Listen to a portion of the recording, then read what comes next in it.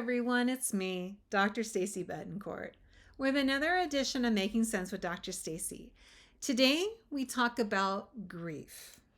Now, when we think of grief, we associate the emotion with the loss of a loved one, and obviously that's to be expected. We also know that feelings of grief can occur at any time and manifest as emotions such as anger, confusion, and most commonly different degrees of sadness. However, grief can be also a very personal journey. And living within one's grief can sometimes become a very lonely place, especially if you can't seem to overcome the emotions associated with what you're going through. It's essential to monitor your feelings and, if needed, seek help for prolonged grief. I will say that this part can be kind of difficult, and that's because it becomes very, very personal. And usually these kind of cases can be. It's a personal issue, right?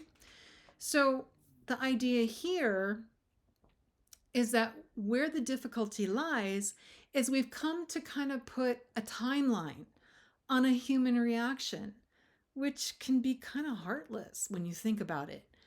But what I will say is that if you find letting go of grief difficult, or if you're beginning to find that daily activities are becoming very, very difficult, then I encourage you to seek help, because your grief might have transitioned to depression, which becomes a bigger issue and more harmful, or the potential is there. So the idea here is that if left unchecked, and the idea with that is that, again, resulting issues that are preventing you from enjoying life as you once knew it. That's the key factor. And I know I'm beginning to sound a little bit like a commercial, and I feel this has a lot to do with the pharmaceutical industry, but I don't oppose that necessarily. But what I want you to understand is the concept of grief. Often people around us have a difficulty understanding over the loss of someone or something, because it's not always just about something or someone. It can be associated with different things. And those of us who are suffering can feel very isolated due to the lack of understanding by others. So these feelings can raise concerns expressed about long-term grief. If the level of grief leads a sufferer to self-medicate or further escape from society, whether that's you or someone you know, professional intervention is imperative at this point. And that's okay. Don't think of it as a failure. If you're going through these emotions, you may be trapped within your grief. So you have to reach out to someone for help. And suggestions to that can be close friends, family, myself, or other practitioners who can help you through this. If you know someone who's experiencing grief on a chronic scale, I suggest that you be there for this person. Get the individual to move, as in any type of light exercise. If this is you, get out of bed, get dressed, go outside. If you're helping someone, get them outside. Vitamin D can do wonders for the person's outlook.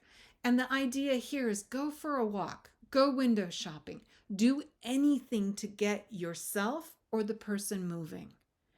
And in the case of prolonged grief, I encourage them to seek help. And trust me, because when I say you could be playing a pivotal role in helping them or yourself regain the life you deserve, that's the gift. So if you're the one suffering through this long, prolonged grief, give yourself the best gift of life. If you are someone who knows someone going through grief, be there for them and help them. And remember, treat them with grace. Treat yourself with grace. We're all on a journey, and even though they look the same, they're not always the same. So remember that. And for now, that's it. I wish you a wonderful week. Remember to be kind to others. You could be changing their life. So for now, this is Dr. Stacy Betancourt with another edition of Making Sense with Dr. Stacy, and I will see you all next week. Take care, everyone.